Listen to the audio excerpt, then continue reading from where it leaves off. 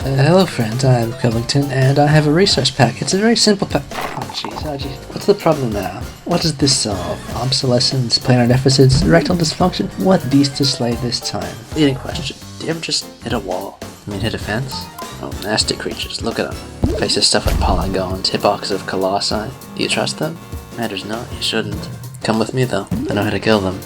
Close to castrate. Point is, they'll stop bothering you. That'll be it. Defenses, the past's gone. You want that? You think they deserve it?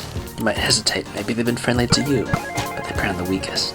Me personally, I'm very strong. Don't need it, just being charitable. Helping out the weak, it's what I do. Speaking of weak, you have to simplify them, make a fence model, so to speak. Otherwise, the fences, they'll get ya.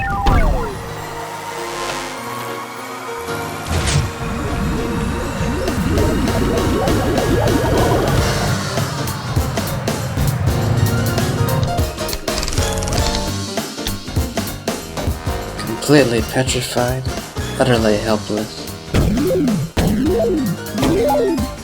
If you play Minecraft on lower-end hardware, as many people do even today, you've had some chance encounters with fences that play out a lot like that. The reason they cause that much lag is because they have a lot of visible faces. So compare a standard QB block can have up to 6 faces, but generally has 0 from being covered on all sides. A fence, however, is much more complex and even gains dozens of faces when touching other blocks. As a result, this clump of 24 fences has exactly as many polygons as this chunk of 360 blocks.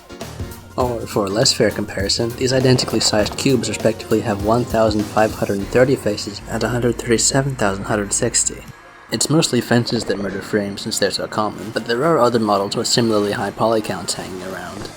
High poly? Really? I mean, it's just... So, how can a few thousand polygons affect the frame rate so much when modern games have billions of polygons? Well, it's because Minecraft sucks. But we can fix that. Okay, no, but we can help it. By changing the models. And how exactly? Well, a fence uses a model decided by its block state, 4 true or false values, 1 for each cardinal direction. 2 to the 4 makes 16 permutations, each needing a model defined. In 1.8 there are no modular model parts, so these are covered by 6 static models, rotated by 90-degree intervals. Handy, since we can just count the faces of each. Notice the double-ended line piece, how it has the same face count as the single-ended line piece. This is because opposing connections are actually single cuboids that extend all the way through the model. In 1.9 onwards, block models can be split into parts to help lower file size. For fences, they're now built out of a post model as a base and a connection model that's copied to every side with a true value. This saves an entire handful of kilobytes at the expense of... yeah, a bit worse. Look at the double-ended line again. It's the same as the corner piece because the part system doesn't merge opposite cuboids. Not can't, just doesn't. I added it back, all it took was a block.json file that looks like this. And that's it. Fence leg is solved. Download the link in the description, make sure to like, comment it. Okay, now there's more. We barely made a dent in fence's poly counts. In fact, if you're in 1.8, we literally didn't. We gave it a go, but certainly if we want to get anything done, we need to simplify.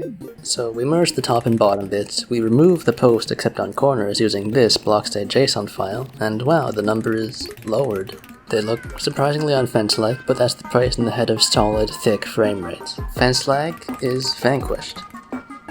Okay, for all the hullabaloo I've made about them, they're just fences. I've mentioned it, and there really are other blocks, each of them with a journey and a history just as long-winded as fences. How cauldrons used to be so inefficient they used an entire 79 faces. How Mojang are so bad at their own block state system they make wall columns show by just forcing the up value to true.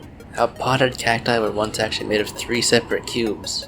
How brewing stands have a texture misalignment to this very day. I know all the stories, I could go on for hours. But I'll spare you, and more importantly myself. They're all simplified.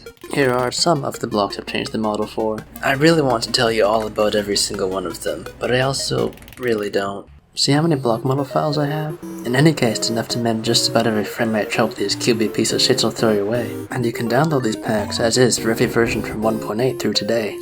But I'm not done. Those models were created with the restriction of working with any textures. But if we use our own textures to fill in the detail, we could strip even more from the model. This lets us reduce some counts even further and tackle a few new blocks. And it looks, yes, absolutely brilliant. Perfection before your eyes. These are based on the 1.14 textures, by the way, and if that's not you, I've got something for that. Here's that bar graph again, hope you enjoy. Altogether, these models can boost your frame rate from anywhere between 3% to 300%, but obviously, it depends on what you're looking at. So you should still download Optifine, lower your render distance, turn off smooth lighting, all that, but think of these packs as another switch you can flip, another button in the options menu. So, depending on how much worse you're okay with the game looking, I have 2 pack options for you, Simplified and Ultra Simplified, both available to download at your leisure. The full details of every block change and their exact face counts are in a text document linked below.